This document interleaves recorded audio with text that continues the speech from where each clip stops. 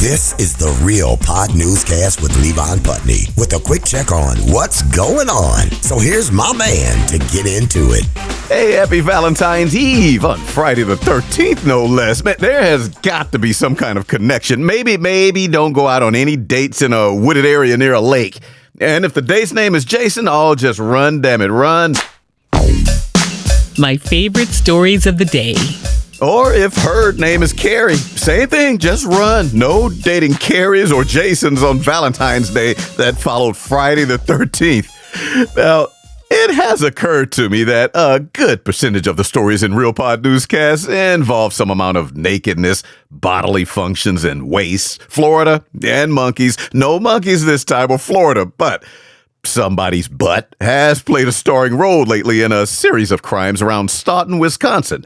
So much so that local and regional news outlets were more than happy to all quote police's nickname for this 46-year-old woman, who the Milwaukee Journal-Sentinel, by the way, is reporting they used a drone to catch in the act Thursday of last week at a city park, being who cops call a serial defecator in the park.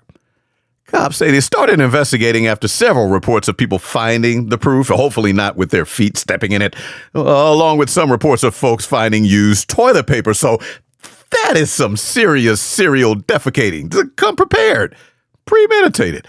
Staunton police say they gave the 46-year-old a citation for indecent conduct. And for the record, the Journal-Sentinel say they asked and police answered she was not homeless.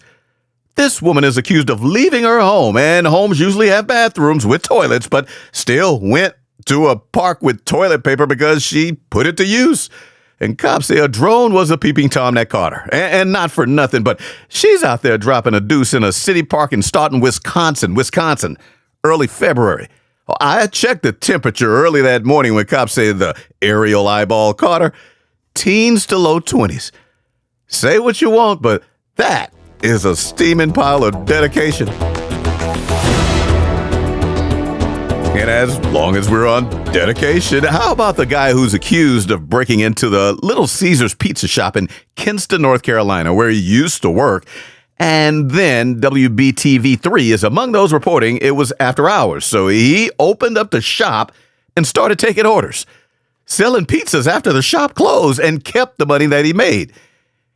Cops tell the news outlets this all happened the Sunday before last on the 1st when police think it must have been a good hustle because they say he went back to that Little Caesars Sunday night to try it again. And some of his old co-workers were inside waiting, though, and his face on that mugshot, oh, that proves they caught him. Beat him like he stole something because they say he did. And then they call police, and he's the only one charged. 3 felonies, breaking and entering, larceny, but also hit him with curfew violation charge. Yeah, the Charlotte Observer pointed out this was the day after a big snowstorm there in North Carolina. You know, Carolina's no road salt. It's a southern city. They shut down when it snows. I'm from the South, Houston, meaning it was a good hustle. Everybody stuck at home on a weekend. That sounds like a pizza weekend.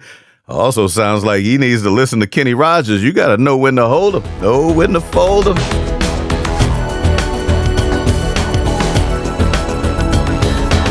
There's a 33-year-old guy in Muncie, Indiana, who could also use a lesson on knowing when to walk away and when to run, to hear police tell it to Fox 59 CBS 4, who reported back on Monday the 2nd that the dude walked into a Taco Bell and whipped out pruning shears. Cops say they later saw a security video inside that fast food joint and say he was robbing this Taco Bell with the pruning shears, jabbing them at workers, telling them to empty the till.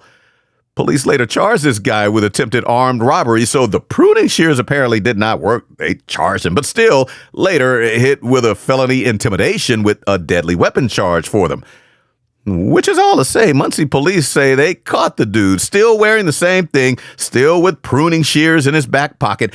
And the third charge police filed pretty much explains who would think to rob a Taco Bell with pruning shears, run off after it does not work, and then run into an AutoZone store on the same street on the very next block is where cops say they found this 33-year-old with a half gram of meth in his pocket. Now, I just ran a story last week about the brothers who thought it was a good idea to blowtorch a frozen gas pipe. And that did not turn out well for that house in Indianapolis. So here's a safe to assume this will not go well for the case out of Milton, Massachusetts. That's where Fox News is reporting this guy got up on his roof with a blowtorch. He did not have a roof or an attic after this judgment call. Milton's deputy fire chief tells Fox that blowtorch torched the roof, spread into the attic, turned it into a major fire because it seems too many people with blowtorches run out of things to do with them. And just like idle minds, idle blowtorches can cause a devil's playground worth of problems. Back in a moment, but before the break, a word from the Jams podcast. Blazing the best hip-hop, R&B, reggae, soca. You can download the Jams podcast mix for free. Just Google search Jams Podcast Mix. It's Jams Hour Mix with Greg H. Brief moment of peace.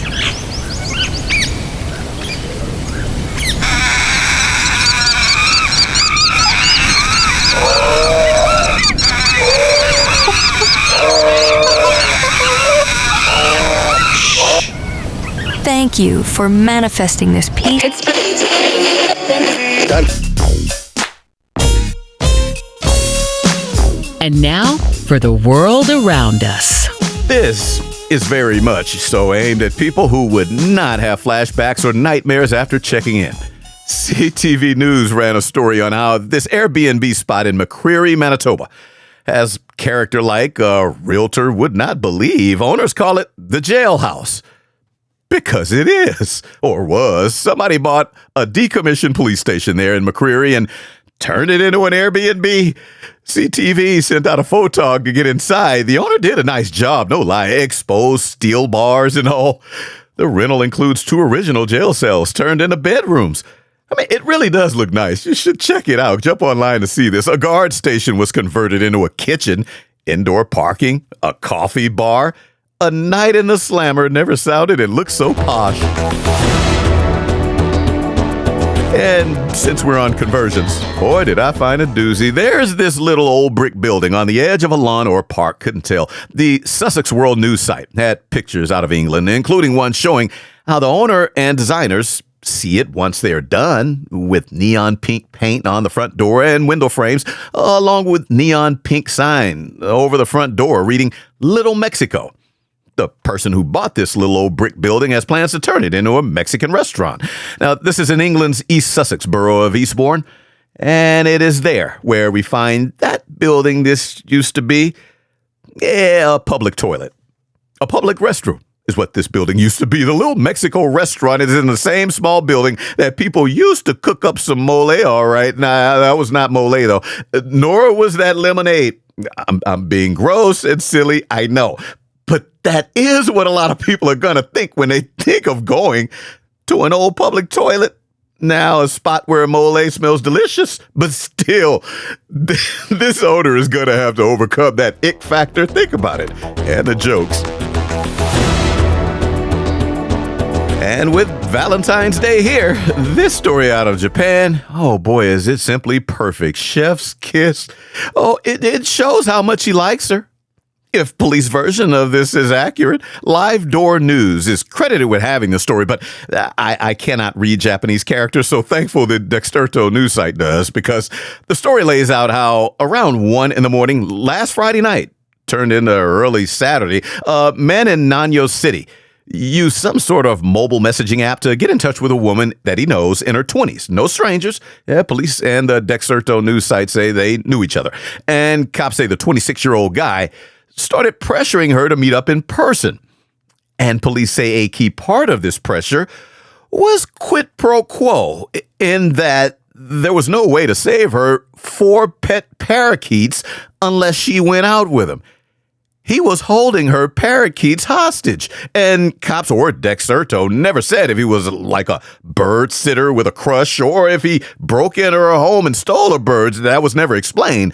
But we do know that dude texted, "There's no way to save your parakeet other than coming back," which sounds like maybe they broke up and he kept the birds only to use them as ransom. Now, he sent several other "apologize to me and your parakeets will live" type of messages, but She just called police, and they just went and arrested my guy. And they say the 4 parakeets were alive and returned to the young woman. The story said police are now trying to figure out what was up between the two and why this dude would do this.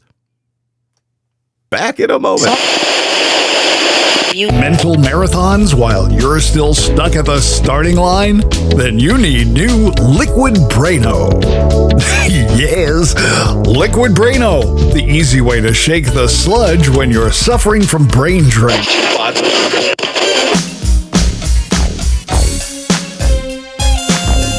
What's up with what's going down, though? Yeah, what's up with this being the best time of year for us singles? Don't tell me anything about studies talking about we're depressed around Valentine's. No need to shop or reserve a table, no thinking of gifts, unless I'm buying my own. Hey, I can proudly walk down that Valentine's Day aisle in grocery stores and buy a heart-shaped box of chocolates just for me. Guys shopping for a girlfriend or a wife gifts, oh, you know they cannot do that. He better not try to bring one of those home for his wife or girlfriend. One of those box of chocolates, man, please, that cheap stuff, unless you ask for it. And even then, just don't. That's a trap. But do get something, and good luck with all the Valentine's gifts, dinner plans, romantic evenings out and inside. For real, good luck.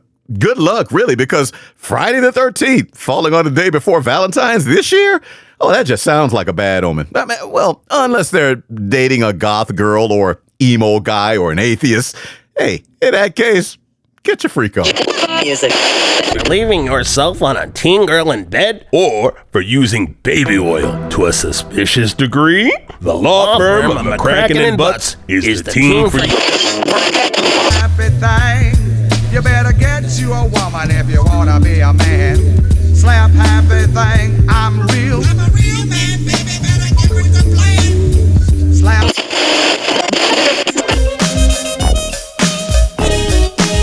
And that's it for another Real Pod newscast. Thanks as always for listening, and please follow the show's pages on Instagram, TikTok, Facebook, even X or Twitter. I post song credits on the ones I play. Oh, and Threads too. Yeah, that's one. Yeah, I do post song credits when I get to them, or the ones I play between the stories and the cast on the show's Facebook page, that is. And please check them out when I post them. Have a great weekend. Great Valentine's weekend, hopefully, for everyone. Back on Tuesday.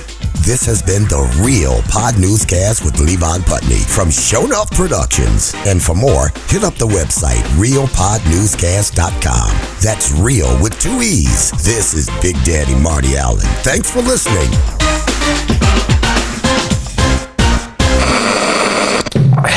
Shownuff.